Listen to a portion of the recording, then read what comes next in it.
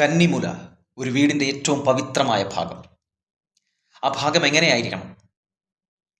അവിടെ വയ്ക്കേണ്ട ചെടികളുണ്ട്. ഇന്ന ചെടികൾ വെച്ച് കഴിഞ്ഞാൽ കോടീശ്വരനാകാം എന്ന് പറഞ്ഞിട്ടുള്ള വീഡിയോസ് ഞാൻ കണ്ടിട്ടുണ്ട്. അതുപോട്ടെ, ഇന്ന് എനിക്കൊരാളൊരു വീഡിയോ അയച്ചു തന്നു. ആ വീഡിയോയിൽ പല ചെടികളെക്കുറിച്ചും പറഞ്ഞു. അതിലൊന്ന് ഞാൻ ശ്രദ്ധിച്ചു. തെങ്ങ് ആ ഭാഗത്ത് വയ്ക്കുന്നത് വളരെ നല്ലതാണ് എന്ന്. അത് പ്രത്യേകിച്ച് ചെന്തെങ്ങ് വയ്ക്കുന്നത്, കന്നിമൂലയിൽ വയ്ക്കുന്നത് ഭയങ്കര കോടീശ്വര യോഗമുണ്ടാകും എന്നൊക്കെ പറയുന്നു. ചെന്തെങ്ങ് എന്താണ് എന്ന് അറിയാവുന്നവർ വളരെ കുറവാണ്. അതെന്താണ് എന്ന് അറിയുന്നതിന് മുമ്പ് ഞാനൊരു കഥ പറയാം. ഈ കഥ കേട്ടിട്ട് നിങ്ങൾക്ക് തീരുമാനിക്കാം ചെന്തെങ്ങ് കന്നിമൂലയിൽ വയ്ക്കണോ വേണ്ടയോ എന്നുള്ളത്. തീരുമാനം നിങ്ങളുടേതാണ്.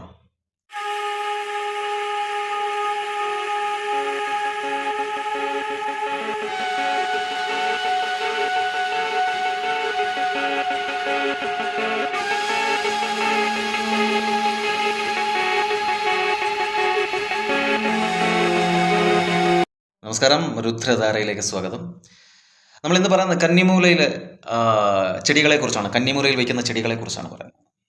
കന്നിമൂലയിൽ പലരും പല ചെടികൾ പറയുന്നു. മഞ്ഞളും മന്ദാരം വയ്ക്കാൻ പാടില്ല, മറ്റ് മഞ്ഞ കളറിലുള്ള ചെടികൾ വയ്ക്കണം.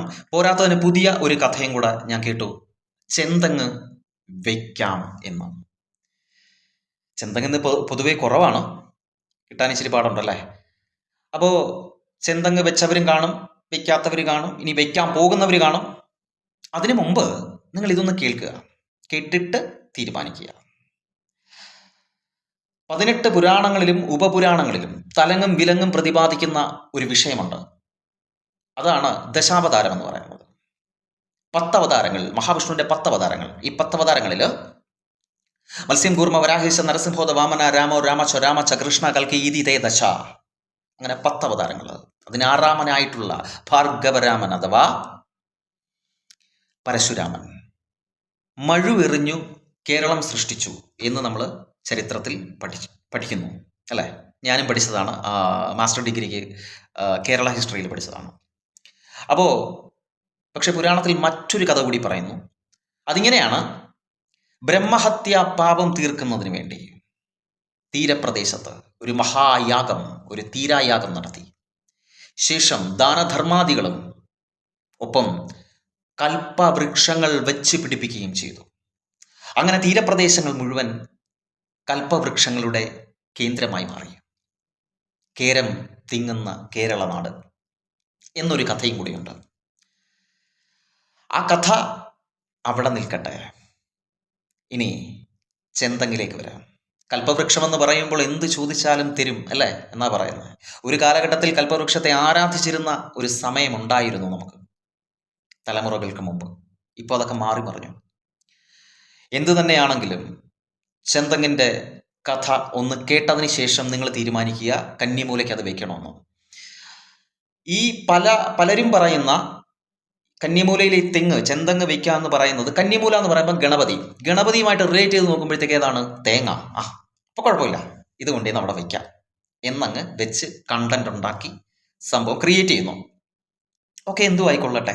പക്ഷേ നമ്മുടെ പ്രേക്ഷകർ, ഈ വീഡിയോ കാണുന്നവർ ഇത് ചിന്തിച്ചതിന് ശേഷം വേണോ വേണ്ടയോ തീരുമാനിക്കുക. ഞാൻ പറഞ്ഞല്ലോ, തീരുമാനം നിങ്ങളുടേത് മാത്രമാണ്. അതിലേറ്റവും പ്രധാനപ്പെട്ടത് ഈ ചെന്തെങ്ങ്, അതിൻ്റെ ഉള്ളടക്കം എന്ന് പറയാം. പടിഞ്ഞാറൻ നാട്ടിൽ ആചാരങ്ങളുടെയും അനുഷ്ഠാനങ്ങളുടെയും ഹബ്ബാണ് ശരിക്കും പറഞ്ഞാൽ. അവിടെ നിന്നും പല ആചാരങ്ങൾ തുടങ്ങി. ഇനി ഇത് പറയുമ്പോൾ നിങ്ങൾക്ക് തോന്നും ഇത് ഏത് പുസ്തകത്തിൽ വായിച്ചു, എവിടെ നിന്ന് കിട്ടി, അങ്ങനെയൊക്കെയുള്ള ചോദ്യം വരും. ഞാൻ ജനിച്ചു വളർന്നത് അവിടെയാണ്, അഷ്ടമുടി കായലിൻ്റെ തീരത്ത്. അതുകൊണ്ട് ഒരു പുസ്തകത്തിൻ്റെ ആവശ്യം അതിനില്ല അത് പറയുന്നതിന്.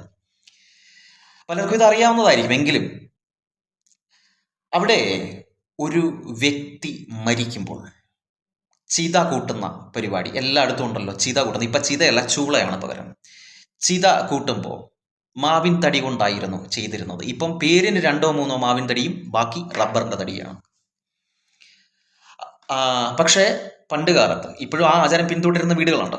പണ്ട് കാലത്ത് ഈ മാവിൻ തടികൾ വയ്ക്കുന്നതിന് മുന്നോടിയായിട്ട് ഒരു കൊന്നത്തെങ്ങ് എന്ന് വെച്ചാൽ ഭയങ്കര ഉയരമുള്ള തെങ്ങ്, അത് മുറിച്ചതിന് ശേഷം എവിടെയാണോ ഉള്ളത് അത് കൊണ്ടുവന്നതിന് ശേഷം 2 ഭാഗത്തായിട്ട് ഈ തെങ്ങും തടികൾ വെച്ചിട്ട് അതിന് മുകളിലാണ് ചിത കൂട്ടുന്നത്. ചിത കൂട്ടി 5-ാം ദിവസം സഞ്ചയനത്തിന് ഈ തെങ്ങും തടികൾ ചിലത് ഫുള്ള് കത്തിപ്പോവും, ചിലത് കത്താതെ രണ്ടും ഇങ്ങനെ ഇരിക്കും, പകുതി ഭാഗം മാത്രം കത്തിയിരിക്കും. അതിനവരുടെ വിശ്വാസം എന്ന് പറയുന്നത് ഇങ്ങനെയാണ്: പൂർണ്ണമായും കത്തിപ്പോയിട്ടുണ്ടെങ്കിൽ ആത്മാവിന് മോക്ഷം ലഭിച്ചു എന്നും, പൂർണ്ണമായിട്ട് കത്തിയില്ല എങ്കിൽ വർഷത്തിൽ 12 മാസവും ബലിയിടണമെന്നും ആ പ്രേതാത്മാവിന് മോക്ഷം കിട്ടണമെന്നും ഒരു വിശ്വാസം ഉണ്ടായിരുന്നു. മാത്രമല്ല ആ തെങ്ങും തടികൾ എന്താണ് ചെയ്യുന്നതെന്ന് ചോദിച്ചു കഴിഞ്ഞാൽ ഒഴുക്ക് വെള്ളത്തിൽ കൊണ്ട് കളയും, അഥവാ കായലിൽ കൊണ്ടുവന്ന് കളയും. അത് ചെയ്യുന്നത് മക്കളോ മരുമക്കളോ അല്ലെങ്കിൽ പുതിയ തലമുറയിലുള്ള ആരാണെന്ന് വെച്ച് കഴിഞ്ഞാൽ അയാളാണത് ചെയ്യുന്നത്, അവരാണത് ചെയ്യുന്നത്. ഇങ്ങനൊരു സിസ്റ്റം ഉണ്ടായിരുന്നു. അതിനുശേഷം 5-ാം ദിവസം നാഭീഭാഗത്ത് ഒരു തെങ്ങ് വയ്ക്കും. ആ തെങ്ങ് മാത്രമല്ല, മഞ്ഞൾ കൂടെ വയ്ക്കും. അതുപോലെ നവധാന്യങ്ങൾ വിതറും. എന്തിനാണെന്നറിയാമോ? ആ ഭൂമിയുടെ ദോഷം മാറ്റുന്നതിന് വേണ്ടിയിട്ട്, പരിശുദ്ധമാക്കുന്നതിന് വേണ്ടിയിട്ടാണ് ഇങ്ങനെ ഒരു ചടങ്ങ്. ഇവിടെയൊക്കെ ഉണ്ട്, എല്ലാ നാട്ടിലും ഉണ്ട് ഈ ഒരു സിസ്റ്റം. പക്ഷെ നമ്മൾ വെക്കുന്നത് നമുക്ക് സാധാരണ കിട്ടുന്ന തെങ്ങും തൈയാണ് വെക്കുന്നത്. ചിലത് വളർന്നു വരും, ചിലത് മുരടിച്ചു പോകും. സ്ഥിരമായി വെള്ളം ഒഴിക്കണം എന്ന് പറയും. കൂടുതലും മുരടിച്ചു പോകാനുള്ള കാരണം, അല്ലെങ്കിൽ അത് പട്ടുപോകാനുള്ള കാരണം വേറൊന്നുമല്ല, ആ മണ്ണിൻ്റെ അമിതമായ ചൂടാണ്, അത് താങ്ങാൻ കഴിയില്ല. അങ്ങനെയാണ് ഇത് കൂടുതൽ ഉണങ്ങിപ്പോകുന്നത്. അതുകൊണ്ടാണ് സ്ഥിരമായിട്ട് വെള്ളം ഒഴിക്കുന്നത്. ചിലർ സ്ഥിരമായിട്ട് വെള്ളം ഒഴിച്ച് വളർത്തിയെടുക്കുന്നവരൊക്കെ ഉണ്ട്. എന്നാൽ ആദ്യ കാലഘട്ടങ്ങളിൽ ഉപയോഗിച്ചിരുന്നത് ചെന്തങ്ങാണ്. ചെന്തങ്ങിൻ്റെ യഥാർത്ഥ പേര് ഫുള്ള് പറയുമ്പോൾ നിങ്ങൾക്ക് മനസ്സിലാവും. ചുടല ചെന്തങ്ങ് എന്നാണ് അതിൻ്റെ യഥാർത്ഥ പേര്. ചുടല ചെന്തങ്ങ്, ഷോർട്ട് ഫോം ചെന്തങ്ങ്. എത്ര പേർക്ക് ഇത് അറിയാം എന്നെനിക്കറിയില്ല. ഈ സാധനം ചുടലയ്ക്ക് വേണ്ടി മാത്രം ഉപയോഗിച്ച ഒന്നാണ്. അപ്പോൾ ഈ ചെന്തങ്ങ് വയ്ക്കുന്നതിന് പകരം ഇപ്പം കിട്ടാനില്ലാത്തതുകൊണ്ടാണോ എന്താണെന്ന് അറിയില്ല, ഗംഗാബോണ്ടം കുള്ളന്തെങ്ങ് വരെ മേടിച്ചു വെക്കുന്നുണ്ട് ഈ പറയുന്ന മരണം കഴിഞ്ഞ് സഞ്ചയനത്തിന്. അപ്പോൾ ഈ സംഭവം കൊണ്ടുവന്ന് ആണോ ഈ വീടിൻ്റെ മുമ്പിലോ അല്ലെങ്കിൽ ഈ പറയുന്ന കന്നിമൂലയ്ക്കോ വയ്ക്കേണ്ടത്? അത് എവിടെ പറയുന്നു? ഇത് അവർ കണ്ടിരുന്നത് ശരിക്കും ഇതിനെ എന്താണ്, മരണവുമായി ബന്ധപ്പെടുത്തിയാണ് ഇത് കണ്ടിരുന്നത്. ആ ഒരു വിഭാഗം മരണവുമായി ബന്ധപ്പെട്ട് മാത്രം കണ്ടിരുന്ന ഒരു തെങ്ങാണിത്. അതൊരിക്കലും വെച്ചിട്ടില്ല. അത് പറമ്പിൽ നിന്നും അല്ലെങ്കിൽ വീട്ടിൽ നിന്നും ഇത്ര ദൂരം മാറ്റിയായിരുന്നു നട്ടിരുന്നത്. നട്ടിരുന്ന സ്ഥലങ്ങളും ഉണ്ട്, ഇത് മാറ്റിയായിരുന്നു നട്ടിരുന്നത്. അത് കാർഷിക അടിസ്ഥാനത്തിൽ ഇത് നടയില്ല. കാർഷിക അടിസ്ഥാനത്തിൽ ഈ ഒരു കാരണവശാലും ഈ സാധനം നടില്ലായിരുന്നു. ഇപ്പൊ ഇനി ഉണ്ടോ എന്ന് എനിക്കറിയില്ല. അന്ന് ഇതിനു വേണ്ടി മാത്രം ഉപയോഗിച്ചിരുന്ന ഒന്നാണ്. അതാണോ കൊണ്ടുവന്ന് ഈ ചുടലച്ചന്തങ്ങാണോ കൊണ്ടുവന്ന് കന്നിമൂലയ്ക്ക് വെക്കേണ്ടത്? സ്വയം നമ്മളൊന്ന് ചിന്തിച്ചു നോക്കൂ. ഇനി അത് വെച്ചുകൊണ്ട് കുഴപ്പമൊന്നും ഇല്ലെങ്കിൽ വയ്ക്കാം. ഇനി ചിലർ പറയുന്നു കുപ്പിക്കകത്ത് കൊണ്ടുവന്ന് വെള്ളം വയ്ക്കുക, പാത്രത്തിനകത്ത് അവിടെ കൊണ്ടുവന്ന് വെള്ളം വയ്ക്കുക. ഇതൊന്നും അല്ല കന്നിമൂലയ്ക്ക് വേണ്ടത്. ഏറ്റവും വൃത്തിയുള്ള സ്ഥലമാണ് കന്നിമൂല. ആ ഭാഗം കുറച്ച് ഉയർന്നിരിക്കുക, വൃത്തിയായി സൂക്ഷിക്കുക എന്നുള്ളതേ ഉള്ളൂ. ആ ഭാഗം ഉയർന്നു കിടക്കുക, വൃത്തിയായി സൂക്ഷിക്കുക. അതല്ല നിങ്ങൾക്ക് വെക്കണമെന്ന അത്ര നിർബന്ധമാണെന്നുണ്ടെങ്കിൽ വെക്കാൻ 2 സാധനങ്ങളേ ഉള്ളൂ. ഒന്ന് മുക്കുറ്റിയും മറ്റൊന്ന് കറുകയും. ഗണപതിയുമായിട്ട് റിലേറ്റഡ് ആണ്. മറ്റേ തെങ്ങ് എങ്ങനെ റിലേറ്റ് ആയത്? തേങ്ങ ഉണ്ടല്ലോ, തേങ്ങ അടിക്കുമല്ലോ എന്ന് വിചാരിച്ചിട്ട് അങ്ങ് ഉണ്ടായ കഥയത്. അപ്പോൾ ഇതാണ് ഈ പറയുന്ന കന്നിമൂലയ്ക്ക് വേണ്ടത്. മനസ്സിലായോ? അപ്പോൾ ഇനിയെങ്കിലും നമ്മൾ എന്താ പറയുക, പല വ്ളോഗ്സും ചെയ്തിട്ടുള്ളവർ അങ്ങും ഇങ്ങും കേൾക്കുന്ന കാര്യങ്ങൾ കൊണ്ടുവന്ന് ഇതിനകത്ത് പറഞ്ഞിരിക്കുകയാണ്.